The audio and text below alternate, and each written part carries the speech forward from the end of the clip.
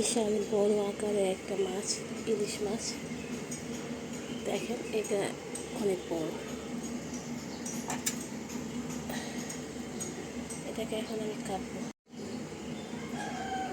আমি একবারে কেটে তারপর আপনাদের দেখাচ্ছি কত বড় বড় পিস হচ্ছে, কারণ কাটার সময় ইয়ে করাটা ঠিক হবে না। ইলিশ মাছ কাটা হয়ে গেছে, এখন আমি এটি ভেজে নেব। আর অনেকক্ষণ ছিল তো এই জন্য নরম হয়ে গেছে হালকা। এখন আমি এটি ভেজে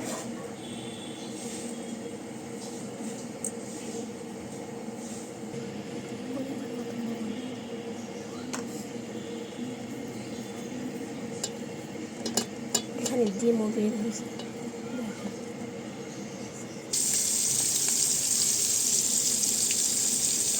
এই মাছটা আর মাছের কড়াটা রেখে দিব। এটা আমি একটা ল্যাংচা আর করলার ভর্তা বানাবো, সেটা রেসিপিটা আপনাদের সাথে শেয়ার করব।